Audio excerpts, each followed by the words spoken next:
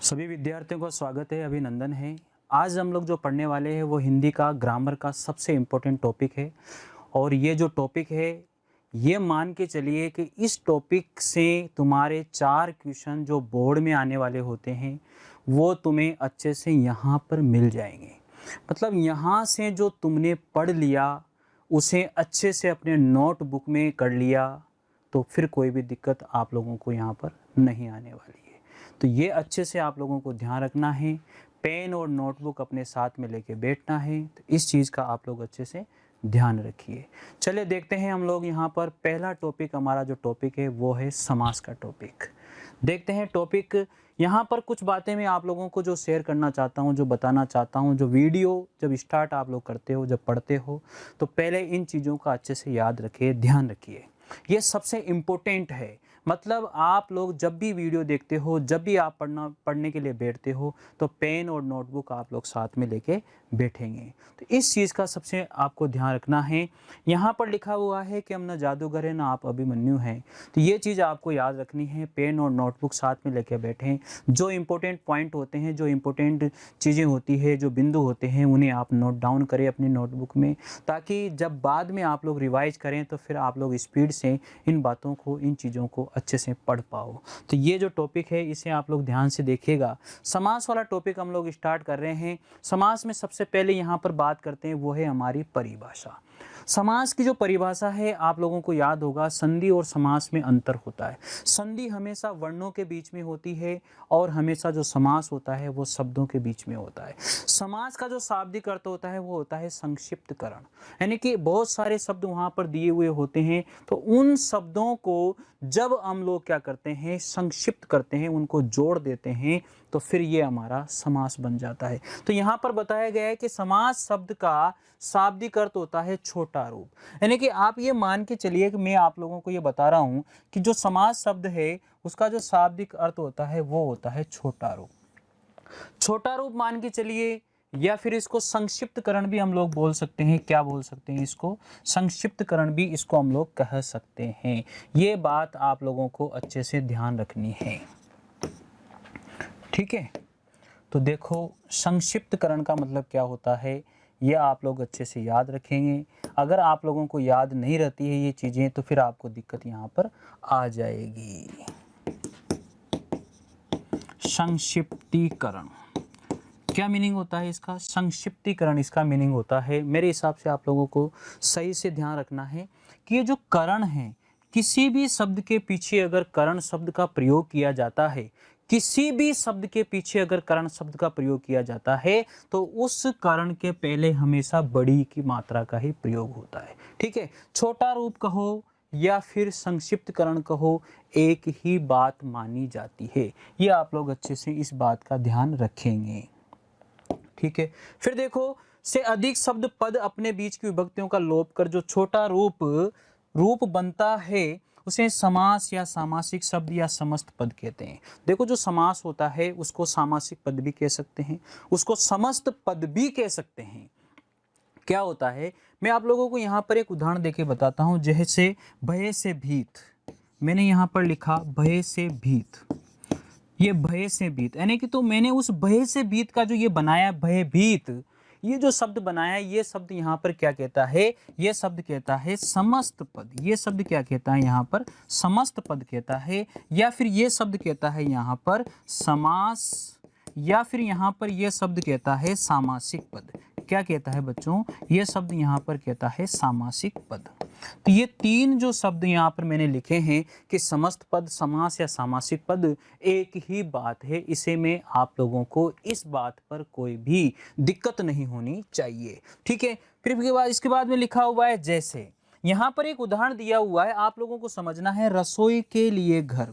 देखो बहुत सी बार क्या होता है कि यहाँ पर एक उदाहरण हम लोग लेते हैं कि रसोई घर, तो वहां पर क्या होता है, रसोई का घर। जल्दीबाजी हम लोग क्या करते हैं, रसोई का घर कर देते हैं, लेकिन वो गलत होता है।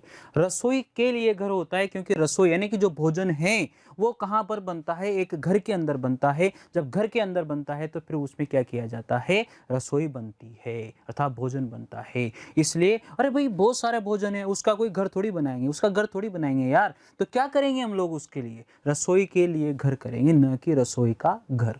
ये बात आपको अच्छे से याद रखनी है। तो यहाँ पर जो के लिए है, ये के लिए एक विभक्ति है, ये कारक का प्रयोग यहाँ पर किया गया है। विभक्ति का लोप जब हम लोग कर देते हैं, विभक्ति का लोप जब कर दिया जाता है तो वो सामासिक पद बन जाता है। ये आपको यहाँ पर याद रखना है। नया शब्द क्या बनेगा, रसोईघर बनेगा, जो एक सामासिक पद होगा। ठीक है, इसके बाद में लिखा हुआ है किसी समस्त पद या सामासिक शब्द को उसके विभिन्न पदों या विभक्तियों को सहित पृथक करने की क्रिया को ही हम लोग क्या कहते हैं, समास या समास विग्रह कहा जाता है। क्या होता है कि जब सामासिक पद होता है, सामासिक पद के अंदर अगर कोई भी विभक्ति को जोड़ दिया जाता है तो वो जो है समास विग्रह हो जाता है। और समास विग्रह जो होता है उसमें से विभक्तियों को अगर हटा दिया जाता है तो फिर वो समस्त पद बन जाता है, अर्थात वो सामासिक पद बन जाता है। ये आपको अच्छे से याद रखना है। जैसे विद्या के लिए आले, विद्यालय, माता पिता यहाँ पर दिया हुआ है, माता और पिता। जहाँ पर मैंने बताया था कि और जो शब्द आ जाता है इसका मतलब आप ये सोच के चलिए वहाँ पर द्वंद्व समास होता है। अब द्वंद्व समास भी 3 प्रकार का होता है, लेकिन आपको यहाँ पर चिंता करने की कोई बात नहीं, आपको एक ही प्रकार यहाँ पर याद रखना है, केवल द्वंद्व समास। ठीक है, कोई भी दिक्कत मेरे हिसाब से आपको यहाँ पर नहीं आएगी। देखो समास में, समास के जो है 6 प्रकार होते हैं। समास के कितने प्रकार यहाँ पर दिए गए हैं, याद रखना है आप लोगों को। समास के जो प्रकार है वो कितने हैं, 6 प्रकार होते हैं। मूल रूप से समास के 4 प्रकार होते हैं, लेकिन हिंदी में हम लोग जो पढ़ेंगे वो 6 प्रकार हम लोग यहाँ पर पढ़ने वाले हैं। तो 6 प्रकार कौन कौन से होते हैं। सबसे पहले आता है अव्ययभाव समास।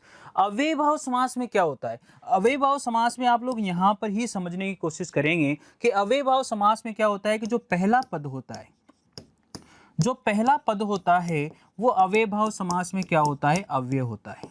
जो पहला पद होता है वो अव्ययभाव समास में क्या होता है, अव्यय होता है। अव्यय का मतलब क्या होता है, हम लोग यहाँ पर अच्छे से समझ सकते हैं कि अव्यय होता है या फिर उपसर्ग होता है। अव्यय का मतलब होता है जिसमें कोई भी परिवर्तन नहीं होता, लिंग वचन काल आदि के अनुसार किसी के अनुसार भी कोई भी परिवर्तन नहीं होता है, इसका मतलब वो अव्यय है। अर्थात उपसर्ग में भी कोई भी परिवर्तन नहीं होता, इनके द्वारा यानी कि ये किसी के अंदर जुड़ जाते हैं, किसी भी शब्द के अंदर जुड़ जाते हैं तो वहां पर उस शब्द के अर्थ में परिवर्तन कर देते हैं, लेकिन स्वयं के अंदर इनमें कोई परिवर्तन नहीं होता है। ये बात हम लोग यहाँ पर जानते हैं। तो अव्ययभाव समास का याद रखिएगा हमेशा कि जो अव्ययभाव समास है उसका जो पहला पद होता है वो अव्यय होता है। मैं आप लोगों को यहाँ पर एक उदाहरण के माध्यम से समझाना चाहता हूँ। ये एक उदाहरण है। उदाहरण जैसे मैंने आपसे कहा है यथाशक्ति, यथाशक्ति मैंने यहाँ पर एक शब्द लिया है, तो यथा जो शब्द है वो क्या है, यहाँ पर अव्यय है। और यथा का जो मीनिंग होता है वो होता है अनुसार। यथा का मीनिंग क्या होता है बच्चों, ये अनुसार होता है। जब भी इस यथाशक्ति का मैं समास विग्रह करूंगा तो क्या बन जाएगा, इसका समास विग्रह बन जाएगा शक्ति के अनुसार। इसका समास विग्रह क्या बन जाएगा, शक्ति के अनुसार। तो ये बात भी आप लोगों को अच्छे से याद रखनी है कि ये जो शब्द है पहला पद इसमें अव्यय होता है या उपसर्ग होता है। जैसे आप लोग यहाँ पर एक और शब्द ले सकते हो, प्रतिदिन। प्रतिदिन यहाँ पर एक शब्द आपने ले लिया, तो यहाँ पर देखो जो प्रति शब्द है वो उपसर्ग है। जो उपसर्ग है इसका मतलब यहाँ पर अव्ययभाव समास हो जाएगा। तो डायरेक्टली आप लोग याद रख सकते हो कि जिस शब्द में पहला पद अव्यय होता है या उपसर्ग होता है वो समास हमेशा अव्ययभाव समास होता है। इससे बेस्ट तरीका समझने का कोई सा भी नहीं है। आप लोग अपनी नोटबुक में जरूर इसे लिखेंगे, क्योंकि ये जो चीजें हैं आप लोगों को बहुत काम की चीजें आपको याद आएगी बाद में। तत्पुरुष समास यहाँ पर दिया गया है। तत्पुरुष समास में एक क्वेश्चन वो जबरदस्त तरीके से पूछता है कि तत्पुरुष समास होता है उसमें कौन सा पद प्रधान होता है, ये क्वेश्चन उसमें पूछता है वो। तो इसमें कौन सा पद जो है प्रधान होता है, ये बात वो हमेशा पूछता है। प्रधान होता है, कौन सा पद प्रधान होता है, तो आपको यहाँ पर आंसर देना है। आंसर बहुत इजी आंसर है। इसका आंसर क्या हो जाएगा, इसमें दूसरा पद प्रधान होता है। दूसरा पद प्रधान होता है। अब इस दूसरे पद का नाम भी यहाँ पर दिया गया है, इसको हम लोग क्या बोलते हैं, उत्तर पद भी इसको बोलते हैं। उत्तर पद का मतलब भी ये होता है दूसरा पद। मेरे हिसाब से कोई भी दिक्कत आपको इसमें नहीं आएगी। फिर अगला यहाँ पर जो है समास आता है द्वंद्व समास। देखो द्वंद्व समास में क्या होता है बच्चों, द्वंद्व समास की सबसे बड़ी पहचान मैं आपको यही बता रहा हूँ। सारे के सारे समास आपको यही समझ लेने हैं। बाद में तो फिर हम लोगों को क्या है कि पढ़ना है, बहुत स्पीड से पढ़ना है, फिर कोई भी दिक्कत आपको वहां पर नहीं आने वाली है। तो जो द्वंद्व समास है, द्वंद्व समास में क्या होता है कि जो दो पद होते हैं, द्वंद्व समास में दो पद होते हैं, दो पद होते हैं, और दो पद जो होते हैं वो या तो फिर विलोम होंगे या फिर उनमें क्या होगा, लिंग परिवर्तन रहेगा। जैसे जेंडर जिसे हम कहते हैं, आदान प्रदान, माता पिता, यानी कि माता और पिता स्त्रीलिंग पुल्लिंग हो रहा है, तो इस तरह से वहां पर लिंग भी हो सकता है परिवर्तन, या फिर वहां पर विलोम का भी प्रयोग यहाँ पर किया जा सकता है। ये बात आप लोगों को याद रखनी है। तो ये तीन समास आपके यहाँ हो जाते हैं। अव्ययभाव समास का मैं पहले बता रहा हूँ, इसमें जो पहला पद जो होता है वो अव्यय होता है। इसके बाद में तत्पुरुष समास होता है। तत्पुरुष समास में क्या होता है, दूसरा पद क्या होता है, हमेशा प्रधान होता है। द्वंद्व समास में क्या होता है, दोनों ही पद क्या होते हैं, प्रधान होते हैं। ये बात मैं आपको यहाँ लिख देता हूँ। द्वंद्व समास में दोनों पद क्या होते हैं, प्रधान होते हैं। द्वंद्व समास में दोनों पद प्रधान होते हैं, ये आप लोग अच्छे से याद रखेंगे। ठीक है, कोई भी दिक्कत इसमें मेरे हिसाब से आपको नहीं आएगी। अगला समास यहाँ पर आता है, जो अगला समास है उसे आप लोग ध्यान से देखिएगा। अगला समास यहाँ पर समास है बहुव्रीहि समास। अगला समास कौन सा है, यहाँ पर अगला समास है बहुव्रीहि समास। बहुव्रीहि समास में भी कोई दिक्कत आपको नहीं आएगी, क्योंकि बहुव्रीहि समास में ऐसा कहा जाता है कि दोनों ही पद प्रधान नहीं होकर के कौन सा पद प्रधान होता है, अन्य पद प्रधान होता है। कौन सा पद प्रधान होता है, जो अन्य पद है, अन्य पद प्रधान होता है, अन्य पद प्रधान होता है। ये लो, तो इसमें क्या होता है कि बहुव्रीहि समास में अन्य पद प्रधान होता है, न कि पहला पद और न कि दूसरा पद। ये आपको अच्छे से इसमें याद रखना है। तो बहुव्रीहि समास में जैसे आप लोगों को पता होगा, जितने भी देवताओं के सारे पर्यायवाची होते हैं, जितने भी देवताओं के जो अर्थ जो है, देवताओं के शब्द अर्थ वाले जो शब्द होते हैं, वो सारे के सारे शब्द जो है क्या कहलाते हैं, बहुव्रीहि समास के शब्द कहलाते हैं। याद रखना, इसमें बहुव्रीहि नहीं होता, ये होता है बहुव्रीहि समास। ये सही शब्द यहाँ पर लिखा गया है, ये आपको अच्छे से याद रखना है। फिर देखिएगा इसमें अगला यहाँ पर जो समास आता है वो समास है हमारा द्विगु समास। द्विगु समास क्या कहता है, द्विगु समास के अंदर हमेशा क्या होता है, द्विगु समास के अंदर हमेशा पहला पद संख्यावाची होता है। याद रखना बच्चों कि द्विगु समास में जो पहला पद होता है वो संख्यावाची होता है। पहला पद क्या होता है, इसमें संख्यावाची होता है, संख्यावाची होता है। ये आपको अच्छे से याद रखनी है। द्विगु समास में हमेशा पहला पद क्या होता है, संख्यावाची होता है। ये सारी की सारी बातें आप अच्छे से याद रखेंगे। तो सबसे इंपॉर्टेंट बात मैं आपको एक बार यहाँ पर रिवाइज कर देता हूँ, सारी चीजें रिवाइज कर देता हूँ। देखो क्या है रिवाइज, यहाँ पर इस तरह से हम लोग करना है कि जो रिवाइज है, देखो किस तरह से कि जो अव्ययभाव समास है, जो अव्ययभाव समास है वो क्या होता है। अव्ययभाव समास में पहला पद अव्यय होता है, याद रखना पहला पद अव्यय होता है। तत्पुरुष समास में दूसरा पद प्रधान होता है, दूसरा पद प्रधान होता है, ठीक है। और इसमें कारक विभक्तियों का प्रयोग होता है, कारक विभक्तियों का इसमें प्रयोग किया जाता है, कारक विभक्तियों का इसमें प्रयोग किया जाता है। फिर देखो द्वंद्व समास में क्या होता है, द्वंद्व समास में दोनों पद क्या होते हैं, प्रधान होते हैं। द्वंद्व समास में दोनों पद प्रधान होते हैं, ठीक है। इसके बाद में यहाँ पर बहुव्रीहि समास में दोनों पद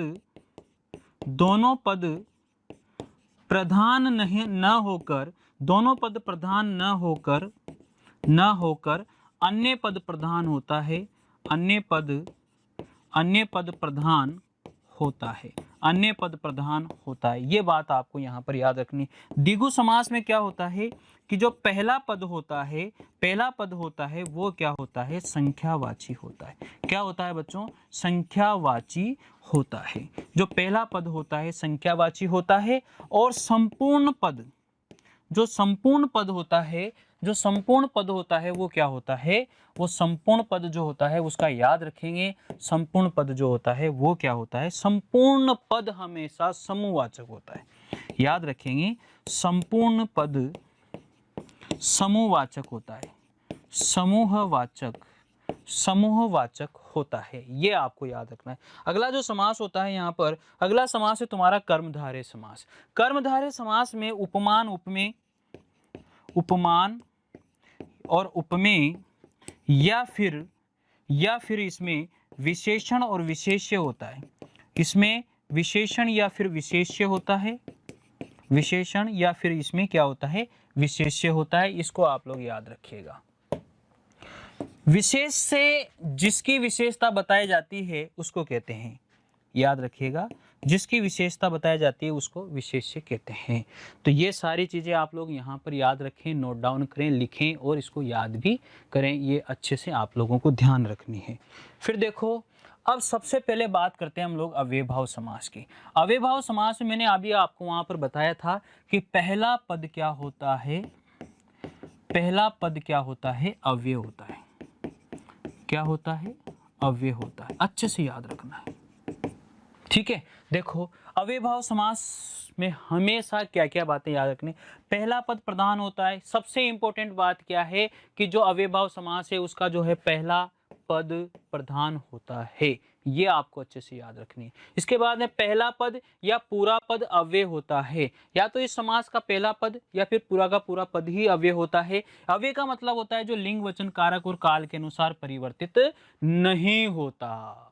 ये सबसे इंपॉर्टेंट बात इसमें याद रखनी है कि लिंग, वचन, कारक, काल के अनुसार कभी भी ये परिवर्तन नहीं होता है। अव्यय हमेशा अपनी मूल स्थिति के अंदर रहता है, दूसरे के अंदर जुड़ करके ये परिवर्तन कर देता है, लेकिन अपने अंदर कभी भी अव्यय जो है परिवर्तन नहीं करता है। तो यहाँ पर जो पहला पद होता है वो अव्यय होता है या उपसर्ग होता है, इसलिए इस समास का नाम ही यहाँ पर दिया गया है अव्ययभाव समास। ठीक है बच्चों, याद रहना है, याद करना है, आपको याद रखना है। ये अनुसार बदलता नहीं है, उसे अव्यय कहते हैं। यदि एक शब्द की पुनरावृत्ति हो और दोनों शब्द मिलकर अव्यय की तरफ प्रयुक्त होते हैं तो उसमें निश्चित रूप से अव्ययभाव समास होता है। याद करना है। संस्कृत के जो उपसर्ग हैं, संस्कृत के उपसर्ग हैं, उपसर्ग युक्त जो पद होते हैं वो हमेशा अव्ययी होते हैं। अर्थात संस्कृत के जितने भी उपसर्ग होते हैं, संस्कृत के जितने भी उपसर्ग होते हैं वो सारे के सारे क्या होते हैं, अव्ययी होते हैं। ये आपको याद रखना है। आगे देखिएगा, यहाँ पर आगे क्या होता है कि ये उदाहरण है। इसमें उदाहरण आप लोग अच्छे से समझिएगा। यथाशक्ति यहाँ पर दिया गया है।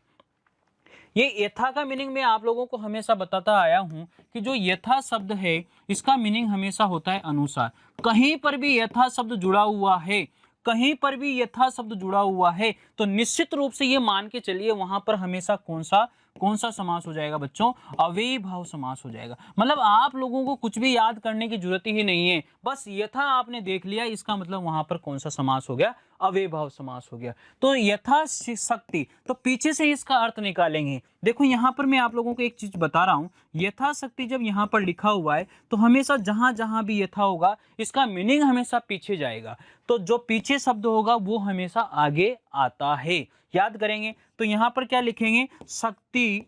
अब यथा का मतलब क्या होता है, अनुसार, तो शक्ति के अनुसार, शक्ति के अनुसार। ये याद करना है, आप लोगों को याद रखना है कि इसका जो मीनिंग होता है वो होता है अनुसार।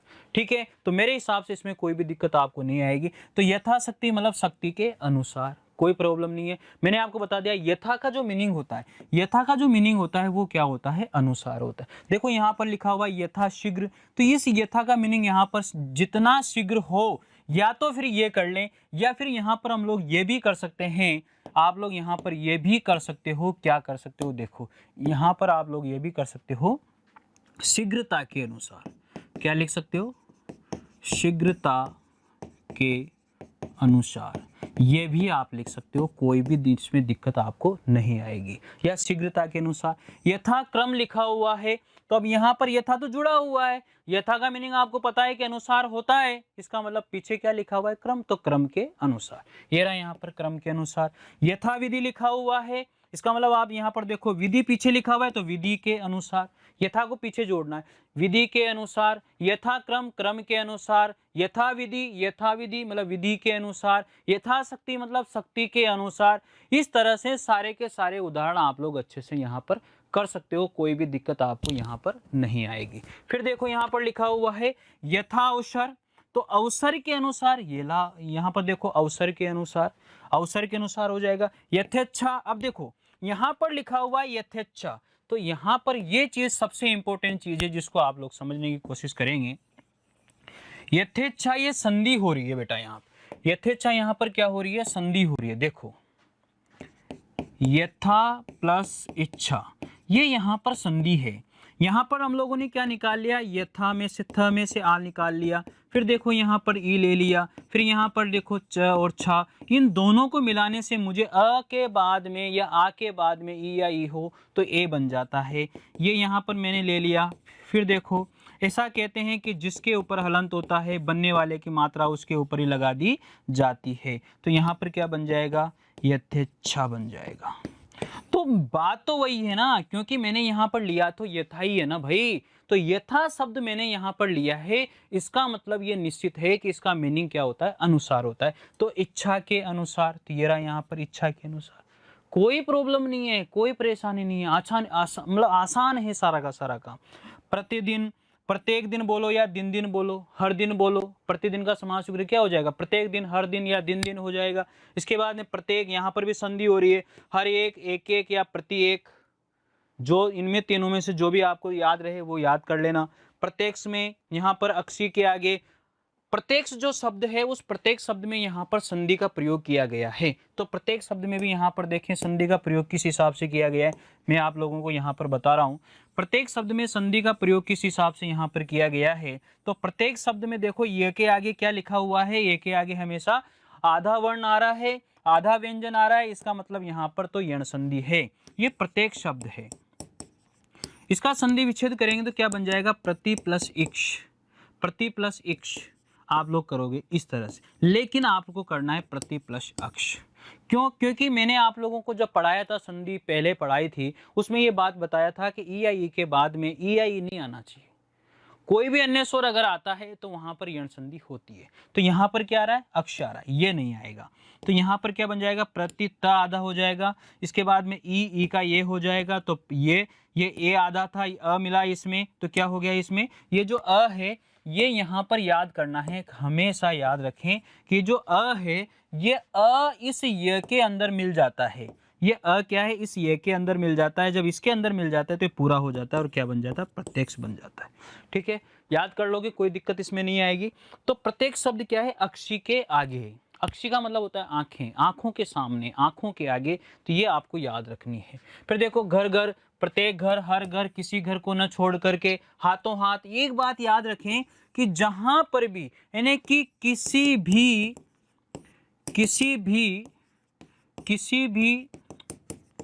सामासिक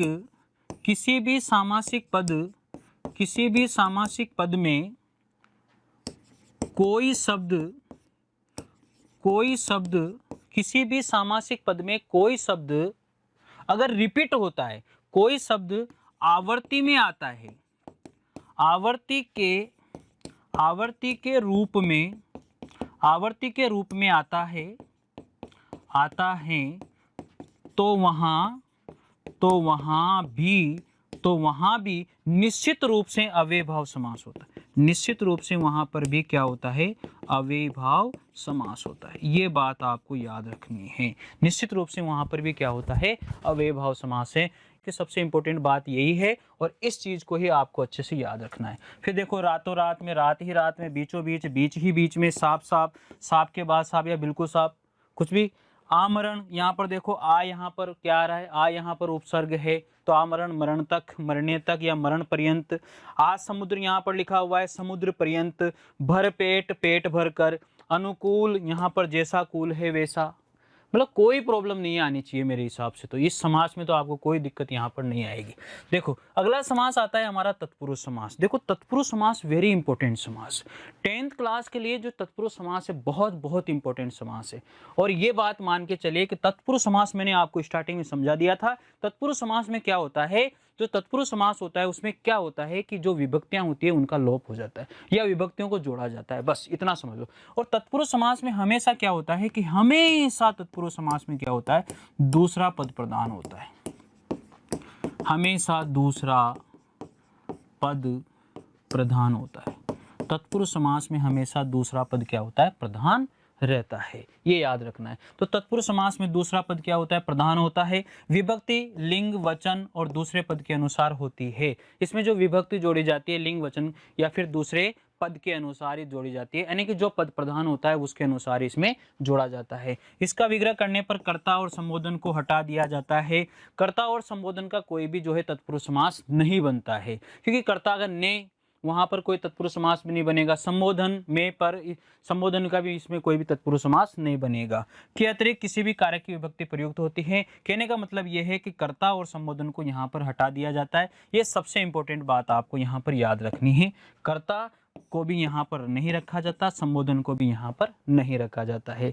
इसके बाद में तथा विभक्तियों के अनुसार इसके उपभेद किए जाते हैं और विभक्तियों के अनुसार इसके क्या किए जाते हैं, उपभेद किए जाते हैं। ये सबसे इंपॉर्टेंट बात।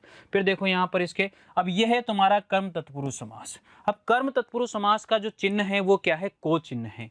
अब ये जो चिन्ह है ये विभक्ति इसको बोल सकते हैं हम लोग, ये इस विभक्ति को ही आपको जोड़ना है। जहां जहां पर भी आप लोगों को जब समास विग्रह हो रहा है और समास विग्रह में को का प्रयोग अगर वहां पर नजर आता है तो 100% वहां पर कर्म तत्पुरुष समास का प्रयोग होता है। तो चलिए हम लोग देखते हैं। कृष्ण अर्पण, कृष्ण को अर्पण, अर्पण का मतलब क्या होता है, देना, यानी कि कृष्ण को क्या कर रहे हैं हम लोग, अर्पण कर रहे हैं। अर्पण मतलब उनको देना, ठीक है। तो कृष्ण को अर्पण, यहां पर देखो ये को का प्रयोग हो रहा है, इसका मतलब यहां पर विभक्ति का प्रयोग हो रहा है। विभक्ति का प्रयोग करने पर वहां पर समास विग्रह हुआ और विभक्ति को अगर मैंने हटा दिया, विभक्ति का मैंने लोप कर दिया, तो वहां पर क्या हुआ, वहां पर सामासिक पद बन जाता है। ये आप लोगों को अच्छे से याद रखना है। तो जहां जहां पर भी को का प्रयोग आता है वहां वहां पर कर्म तत्पुरुष होता है। अगर कर्म तत्पुरुष समास भी मत लिखिए आप तो वहां पर तत्पुरुष समास लिखोगे तो भी राइट माना जाता है। तो कोई दिक्कत आपको यहां नहीं आने वाली। चलिए, परलोक गमन, परलोक को गमन, नेत्र सुकद, नेत्र को सुकद, शरणागत, शरण को आगत, शरणागत, यहां पर भी संधि भी है, देखो संधि है यहां पर भी, शरणागत, शरणागत, शरण प्लस आगत।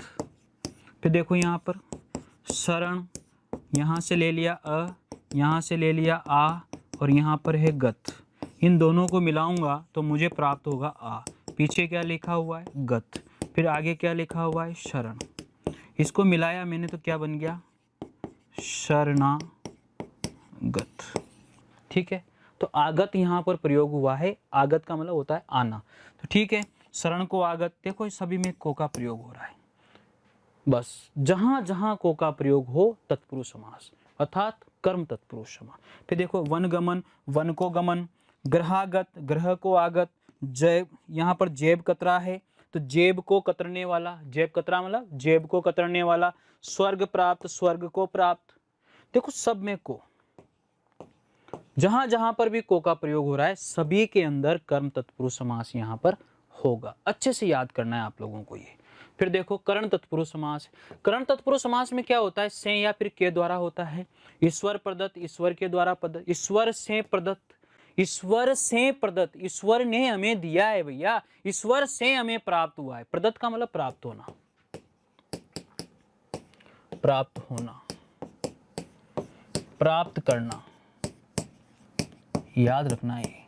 ये शब्द इंपॉर्टेंट है, इसे याद रखना ही है। फिर आगे देखें, रस भरी, रस से भरी, अरे कोई भी चीज भरी हुई है रस से तो उसके क्या बोलेंगे, रस भरी है यार ये तो, ठीक है। हस्त लिखित, हस्त या हाथ के द्वारा लिखित, ठीक है। तुलसी कृत, तुलसी के द्वारा कृत। अब यहाँ के द्वारा का प्रयोग भी किया जा सकता है, यहाँ पर के द्वारा शब्द का प्रयोग भी हम कर सकते हैं, ठीक है, कोई दिक्कत इसमें नहीं होनी चाहिए।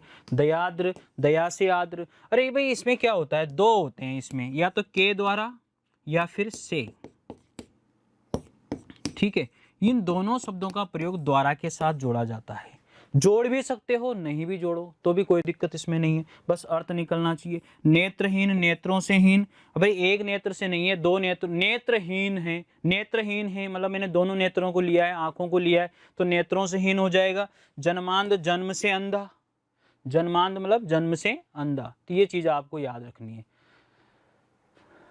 फिर देखो रत्न जड़ित, यहां पर लिखा हुआ है रत्नों से जड़ित, कष्ट साध्य, कष्ट साध्य, कष्ट साध्य, कष्ट से साध्य, तो यहां पर देखो क्या बन जाएगा, कष्ट से साध्य, कोई दिक्कत इसमें नहीं होनी चाहिए। फिर आगे यहां पर लिखा है रेखांकित, रेखा से अंकित, कोई परेशानी नहीं है। ज्वर पीड़ित, ज्वर से पीड़ित, शोक संतप्त, शोक से संतप्त, करुणा जनित, करुणा से जनित, रोगग्रस्त, रोग से ग्रस्त। देखो हर जगह पर यहाँ पर से विभक्ति का प्रयोग हमने किया है। जब जब भी हम लोग से विभक्ति का प्रयोग करेंगे, अर्थ हमें अगर तृतीया विभक्ति के रूप में हमें मिल रहा है, करण तत्पुरुष के रूप में हमें मिल रहा है, साधन के रूप में हमें अगर अर्थ मिल रहा है, तो वहां पर निश्चित रूप से जो है करण तत्पुरुष समास का प्रयोग किया जाएगा, कोई परेशानी इसके अंदर नहीं होनी चाहिए। अगला जो समास है हमारा वो है संप्रदान तत्पुरुष समास। संप्रदान तत्पुरुष समास की जो विभक्ति है वो है के लिए, मतलब उसके लिए। संप्रदान यानी कि देने के अर्थ में जो प्रयोग होता है, के लिए के अर्थ में प्रयोग होता है, उसको हम लोग संप्रदान तत्पुरुष समास के नाम से जानते हैं। यहां पर हवन सामग्री है, अब हवन किया जाता है, हवन से, हवन की सामग्री, यहां पर लिखा हुआ है हवन की सामग्री। अब यहां पर के लिए प्रयोग होना चाहिए, लेकिन हवन की सामग्री भी प्रयोग हो सकता है, और मैं आपको यहां पर बता देता हूं हवन के लिए सामग्री भी यहां पर हो सकती है। हवन के लिए सामग्री भी यहां पर हो सकती है। ठीक है, ये दोनों ही सही है, एक ही ऑप्शन में आएगा, तो ये आप लोगों को याद रखना है, हवन के लिए सामग्री या हवन की सामग्री। लेकिन इन दोनों में से जो है इंपॉर्टेंट ये वाला होगा, सही ज्यादा 100% ये वाला होगा।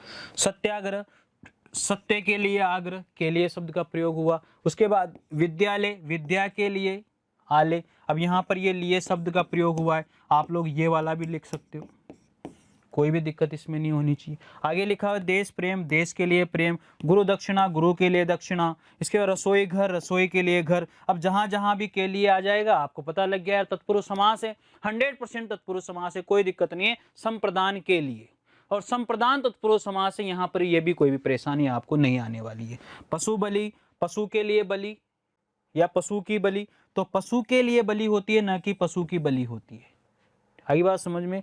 रक्षा पुरुष, रक्षा के लिए पुरुष, अरे पुरुष की आप लोग क्या कर रहे हो, रक्षा कर रहे हो, तो रक्षा के लिए क्या हो जाएगा, पुरुष हो जाएगा, याद रखना ये। देशभक्ति, देश के लिए भक्ति, यहाँ पर देखो के लिए शब्द का प्रयोग हो रहा है। माल गोदाम, यहाँ पर देखो माल के लिए गोदाम, अरे माल का थोड़ी गोदाम बना रहे हो यार, क्या बना रहे हो आप, माल के लिए गोदाम बना रहे हो, इसलिए यहाँ पर ये ध्यान रखना, ये इस तरह के समास हैं भाई, यहाँ पर ये चीजें आपको याद रखनी होगी। अगर आप लोग गलती कर दोगे, माल का गोदाम कर दिया आपने, तो गलत हो जाएगा। आप लोग ये चीज भूल जाइए, अर्थ सही से निकलना चाहिए, तो क्या निकलेगा, माल के लिए गोदाम। प्रयोगशाला, प्रयोग के लिए शाला। रहा खर्च, रहा के लिए खर्च। धर्मशाला, धर्म के लिए शाला। गौशाला, गो के लिए शाला। यज्ञ भूमि, यज्ञ के लिए भूमि। ठीक है, यज्ञ की भूमि नहीं होता, यज्ञ के लिए भूमि होता है। जहां जहां पर भी के लिए शब्द का प्रयोग किया जाएगा 100% वहां पर संप्रदान तत्पुरुष समास का प्रयोग ही होगा, निश्चित रूप से वहां पर संप्रदान तत्पुरुष समास का प्रयोग होता है। इस चीज का आप लोग ध्यान रखिएगा, कोई भी दिक्कत आपको इसमें नहीं आने वाली है। फिर देखिए अगला लिखा हुआ है हमारा अपादान तत्पुरुष समास। अपादान तत्पुरुष समास का प्रयोग हमेशा अलग अर्थ में होता है, इसमें कोई भी पृथक अर्थ भी हम लोग इसको कह सकते हैं। अलग होना या पृथक होना, कहने का मतलब है कि कोई भी चीज है वो उससे अलग होती है, तो वहां पर हमेशा जो है अपादान तत्पुरुष समास का प्रयोग होता है। या फिर ये जो तत्पुरुष समास का प्रयोग है, नंबर 2 पर अगर हम बात करते हैं तो भीत के अर्थ में भी होता है। भीत का मतलब होता है भय के अर्थ में भी समास का प्रयोग किया जाता है। भय के अर्थ में भी इस समास का प्रयोग होता है, भय के अर्थ में, तो कोई भी दिक्कत इसमें नहीं आएगी। फिर देखो आगे उदाहरण देखते हैं कि एक ऋण मुक्त, ऋण से मुक्त। अरे भाई ऋण उसके पास था तो ऋण से वो मुक्त हो गया, तो ऋण से वो अलग हुआ या नहीं हुआ? अरे वो ऋण से अलग हो गया। इसका मतलब आपको ये पता लग गया होगा कि जिस समाज के अंदर कोई भी चीज से कोई भी अगर अलग होता है, कोई भी व्यक्ति किसी भी जगह से अलग होता है, या कहीं से भी कोई भी व्यक्ति, दो व्यक्ति अगर आपस में एक जगह से भी अलग होते हैं, अरे मैंने कहा मैं यहां से वहां गया, तो अरे मैं यहां से वहां गया मतलब मैं यहां से अलग हो गया भाई। तो ये चीज आपको याद रखनी है कि जहां जहां पर भी अलग होने का भाव हो, जहां जहां पर भी अलग होने का अर्थ हो, वहां पर 100% क्या किया जाता है, वहां पर 100% जो है अपादान तत्पुरुष समास का प्रयोग किया जाता है। ये आपको याद रखना है। इसके बाद में देखो ये ऋण से यहाँ पर क्या हो रहा है, मुक्त हो रहा है। यहाँ ऋण से क्या हो रहा है, वो अलग हो रहा है। तो ये अलग होने के अर्थ में हमें प्रयोग किया। यहाँ पर दुरागत देखो, दूर से आया हुआ, अरे वो कहीं था, वो किसी जगह पर था, वहां से वो आया है, इसका मतलब उस जगह से तो अलग हो गया। दूरागत, दूर से आया हुआ, दूर प्लस आगत, यहाँ पर दूर जो शब्द है वो उपसर्ग का प्रयोग हुआ है। यहाँ पर जो दुरागत शब्द है, यहाँ पर जो दुरागत शब्द है, यहाँ पर प्रयोग हुआ है किसका, दुर उपसर्ग का प्रयोग हुआ है। और आगत यहाँ पर आ उपसर्ग भी यहाँ पर है, और यहाँ पर गत यानी कि जाना, यहाँ पर क्या है, क्रिया है। यहाँ पर गत का मतलब हम लोग जाने के अर्थ में भी लगा सकते हैं। फिर आगे देखिए यहाँ पर लिखा हुआ है पदच्युत का, इसका मतलब होता है उस जगह यानी कि उस पद से वो क्या हो गया, अलग हो गया। पद से अलग होना ये लिखा हुआ है यहाँ पर देखो। जीवन मुक्ति यहाँ पर है, जीवन से मुक्त होना यानी कि उस जीवन से क्या हो गया, अलग हो गया। एक वहां पर कर्म तत्पुरुष समास में भी से का प्रयोग हुआ था, लेकिन वहां अलग नहीं, वहां साधन के अर्थ में से का प्रयोग हुआ था। और यहाँ पर से का प्रयोग तो हो रहा है, लेकिन ये जो से है वो क्या है, ये जो यहाँ पर जो स आ रहा है या से आ रहा है वो अलग होने के अर्थ में आ रहा है। इस चीज का आप लोगों को यहाँ पर ध्यान रखना है। मार्ग भ्रष्ट यानी कि मार्ग से भ्रष्ट, भयभीत, भय से भीत। देखो मैंने आपको बताया था ये वाला उदाहरण कि भय, अगर किसी भी समास में भय वाली बात आ जाती है, किसी भी सामासिक पद में भय की अगर बात आ जाती है, डर की बात वहां पर आ जाती है। उसमें बोला चाकू से डर लगता है, कुत्ते से डर लगता है, शेर से डर लगता है, शेर से भयभीत है। तो ऐसे सेंटेंस भी अगर आ जाते हैं तो वहां पर भी ये जो सेंटेंस है वो कौन से सेंटेंस है, ये हमारे अपादान तत्पुरुष समास के सेंटेंस होंगे। इसमें आपको कोई दिक्कत नहीं होनी चाहिए। धर्म विमुख, धर्म से अलग धर्म विमुख मतलब धर्म से वो क्या हो गया, अलग हो गया, धर्म विमुख हो गया। धनहीन क्या हो गया, धन से हीन हो गया, धन से अलग हो गया भैया, उसके धन ही नहीं रहा यार, मतलब धन से अलग हो जाना, धन उसके पास नहीं है, या फिर धन उससे अलग हो गया, ये भी हम लोग यहाँ पर कर सकते हैं, कोई भी दिक्कत इसमें नहीं होनी चाहिए। देश निकाला, देश से क्या है, निकाला, देश से निकाला यानी कि देश से वो क्या हो गया, अलग हो गया। यहां पर भी देखो से का प्रयोग हो गया। पथ भ्रष्ट यानी कि रास्ते से भ्रष्ट, रास्ते से यहां पर क्या किया जा रहा है, रास्ते से यहां पर उसको अलग किया जा रहा है। तो देखो रास्ते से वो क्या हो गया, अलग। पथ भ्रष्ट का मतलब होता है रास्ते से अलग। ये लो, कोई दिक्कत इसमें नहीं होनी चाहिए। आगे है बंधन मुक्त, बंधन से मुक्त हो गया। यहां पर किससे बंधन, ये बंधन से क्या हो गया, बंधन से अलग हो गया। किससे अलग हुआ, बंधन से अलग हो गया। यहां पर रोग मुक्त, रोग से अलग हो गया, तो रोग से मुक्त हो गया। यहां पर किससे, रोग से मुक्त, रोग से मुक्त हो गया, कोई दिक्कत इसमें नहीं होनी चाहिए। आगे है धर्म विमुख, विमुख का मतलब भी अलग होना है, विमुख हो जाना, उस वस्तु से, उस जगह से उसका मोह भंग हो गया, तो धन विमुख हो जाना या धर्म विमुख हो जाना, इसका मतलब ये होता है अलग होना। तो ये विमुख शब्द का जो मीनिंग है, इसका मीनिंग भी क्या होता है, उसका मोह भंग हो जाना या अलग हो जाना। तो ये बात भी आप लोग याद रखिएगा। आगे है ऋण मुक्त, ऋण से क्या हो गया भैया, वो मुक्त हो गया। ऋण उसके ऊपर था, अब ऋण उसके ऊपर नहीं है, तो यहाँ पर ऋण जो शब्द आया है वो भी अलग होने के अर्थ में ही यहाँ पर हमने लिया है। ये बात आप लोग अच्छे से याद रखिएगा, ठीक है। यहाँ पर जो शब्द है ऋण, ये जो ऋण शब्द है, ऋण से अलग वाले होने की बात यहाँ पर की जा रही है, ये आप लोग को अच्छे से याद रहना चाहिए। वृक्ष पतित, वृक्ष से गिरा हुआ। देश निर्वासन, देश निर्वासन मतलब देश से अलग होना, देश से निर्वासन, उसको यहां से भेज दिया गया है, देश से वो क्या हो गया है, अलग हो गया है। ये चीज आप लोगों को सारी बातें अलग होने के अर्थ में ही बताई दी। यहाँ पर सारे के सारे जो उदाहरण हैं, ये सारे के सारे जो उदाहरण हैं, ये अलग होने का ही भाव हमें दे रहे हैं। जहां जहां पर भी अलग होने का भाव आता है, वहां वहां पर हमेशा कौन सा अपादान तत्पुरुष समास का प्रयोग किया जाता है। ये अच्छे से आप लोगों को याद। अब संबंध तत्पुरुष समास की हम लोग यहाँ पर बात करते हैं। जिस समास में का, के, की, इन तीनों में से किसी का भी प्रयोग अगर होता है समास विग्रह में, तो वहां पर 100% क्या होता है, वहां पर 100% तत्पुरुष समास का प्रयोग होता है। और तत्पुरुष समास में भी संबंध तत्पुरुष समास का प्रयोग वहां पर किया जाता है। तो मंत्री परिषद, मंत्रियों की परिषद, देखो यहाँ पर की। एक बात याद रखना है, जो ये परिषद जो शब्द है, ये जो परिषद शब्द है, अगर ये शुद्ध अशुद्ध में आए तो इसके नीचे हलंत लगता है। अगर संसद शब्द है, संसद शब्द भी शुद्ध अशुद्ध में आए तो यहां पर हलंत लगता है। याद रखना ये बात। अगर आपने कहा परिषद, संसद, श्रीमान शब्द अगर आता है, श्रीमान शब्द आता है तो यहां पर हलंत लगता है। इन शब्दों का भी आप लोगों को ध्यान रखना है, ये बहुत काम के शब्द हैं। देखो राष्ट्रपति, राष्ट्र का पति, यहां पर देखो का शब्द का प्रयोग हुआ। अरे का, की, के भैया तत्पुरुष समास, और कौन सा, वो भी संबंध तत्पुरुष समास। प्रेम सागर, प्रेम का सागर, अमृत धारा, अमृत की धारा, देखो का, की, के। राजमाता, राजा की माता, आ रहा है ना। इतना अच्छा है यार तत्पुरुष समास, वेरी सिंपल, बहुत बहुत आसान सा एक समास है। इसके उदाहरण भी बहुत आसान है। प्रजाजन, यहां पर लिखा हुआ है प्रजा का जन, यानी कि भैया प्रजा का वो जन है, प्रजा का वो व्यक्ति है, प्रजा का वो शासन करने वाला है। अमचूर, आम का चूर्ण, आम का क्या होता है, चूर्ण होता है। आम का क्या होता है भैया, आम का वो चूर्ण होता है।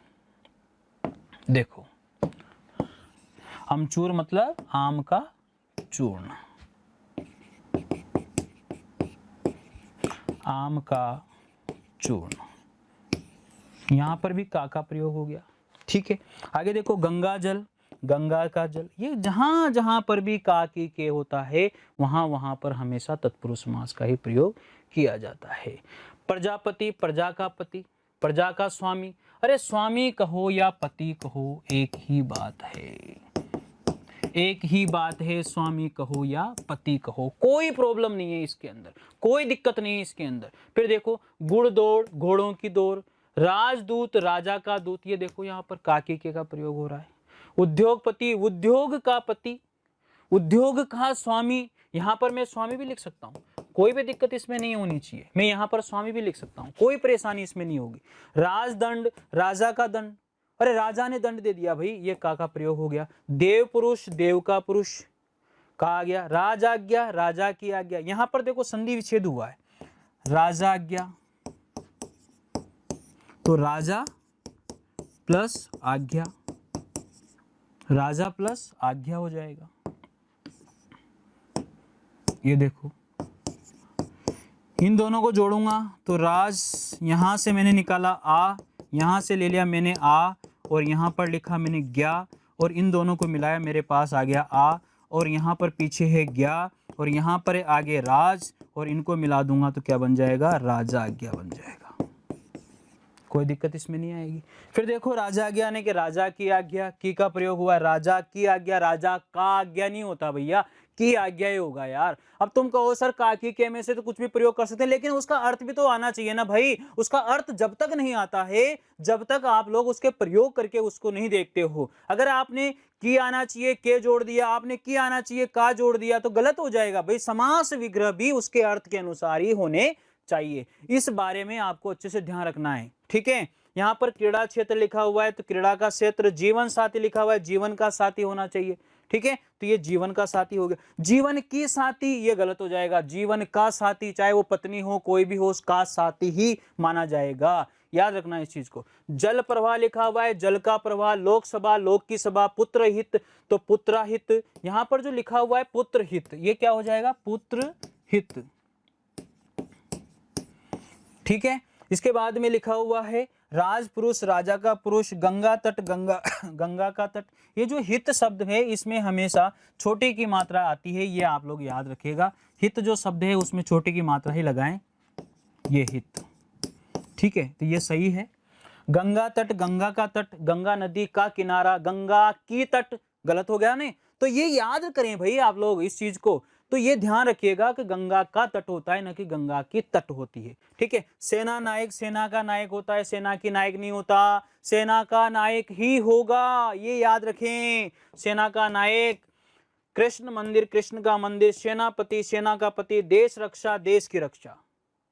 कितना आसान काम है यार, बहुत इजी है इसे पढ़ना और समझना, कोई भी दिक्कत आपको इसमें नहीं आएगी। अब आता है हमारा लास्ट अधिकरण तत्पुरुष समास। अधिकरण तत्पुरुष समास में क्या जुड़ा हुआ होता है? में और पर जुड़ा होता है। वनवास, वन में वास, यहां देखो में शब्द का प्रयोग हो गया, वन में वास, में वास, तो में जहां पर भी अगर आ जाता है, में शब्द का प्रयोग आए या फिर पर शब्द का प्रयोग आए, ये दोनों हमारी क्या हैं? विभक्तियां हैं। और इन विभक्तियों का प्रयोग अगर कहीं पर भी किया जाता है तो वहां पर किसका? अधिकरण, अधिकरण तत्पुरुष समास, अधिकरण तत्पुरुष समास वहां पर होता है। तो कोई दिक्कत इसमें आपको नहीं आनी चाहिए। आगे है दानवीर, दान में वीर। अब दान पर वीर थोड़ी होता है भाई। आप तो कहोगे कि सर इसमें में भी आ रहा है पर भी आ रहा है, तो मैं तो दोनों में से कुछ भी जोड़ सकता हूं। नहीं, जो अर्थ मीनिंग जो जहां पर निकल रही है उसी शब्द का प्रयोग वहां पर करें, अन्यथा वहां पर गलत हो जाएगा। तो ध्यान रखेंगे, जीव दया, जीवों पर दया, यहां पर देखो पर आ गया। अब जीवों में दया नहीं होगा, जीवों पर दया ही होगा। सिर दर्द, सिर में दर्द, ध्यान मग्न, ध्यान में मग्न, ये में का प्रयोग हो रहा है। रण कुशल, रण में कुशल हो गया। घुड़सवार, घोड़े पर सवार। ठीक है, घुड़सवार किसको कहेंगे? गुड़ पर सवार थोड़ी होगा यार, घोड़े पर सवार होगा, ये याद रखें आप लोग। ठीक है, कवि शिरोमणि, कवियों में शिरोमणि। शिरोमणि का मतलब होता है श्रेष्ठ कवि, सर्वश्रेष्ठ कवि। जो कालिदास थे सभी कवियों में क्या थे? शिरोमणि थे, कवि पुंगव थे, श्रेष्ठ थे वो। ठीक है, उस चीज का आप लोगों को याद रखना है। गृह प्रवेश, गृह में प्रवेश, गृह में क्या होता है? प्रवेश होता है, ये गृह में प्रवेश होता है। विचार मग्न, विचार में मग्न, यहां पर देखो में आ गया। शरणागत, शरण में आया हुआ, शरण को आगत, दोनों हो सकते हैं इसमें। तो में आया हुआ या शरण को आगत भी हो जाएगा, ये वहां पर भी हमने पढ़ा था। तो यहां पर अधिकरण तत्पुरुष समास भी हो सकता है। विचार मग्न, विचार में मग्न, देखो यहां पर आ गया। आप बीती, आप पर बीती, अरे कि स्वयं के ऊपर बीत रही है तो उसको कहेंगे आप बीती। ठीक है, पुरुषोत्तम यहां पर हो जाएगा पुरुषों में उत्तम। क्या हो जाएगा? पुरुषों में उत्तम, पुरुषों में उत्तम है, पुरुषों में सर्वश्रेष्ठ है, ये चीज यहां पर होगी। कार्य दक्ष, कार्य में दक्ष है, उस कार्य में वो कुशल है, उस कार्य को करने में महान है, ये यहां पर बताया गया है। फिर देखिए आनंद मग्न, आनंद में मग्न हो जाएगा। जल मग्न, यहां पर जल में मग्न हो जाएगा। जहां जहां पर भी के और जहां जहां पर भी पर शब्द का प्रयोग होता है वहां पर निश्चित रूप से वहां पर अधिकरण तत्पुरुष समास होता है। इस बारे में आपको अच्छे से याद रखना है। फिर देखिएगा ये चीज आप लोगों को अच्छे से समझ में आई होगी, और सभी जो है अपने नोटबुक में जरूर लिखें, बार बार देखें, बार बार समझें। आप सभी को वीडियो के लिए धन्यवाद, सबको बहुत बहुत शुभकामनाएं। Thank you.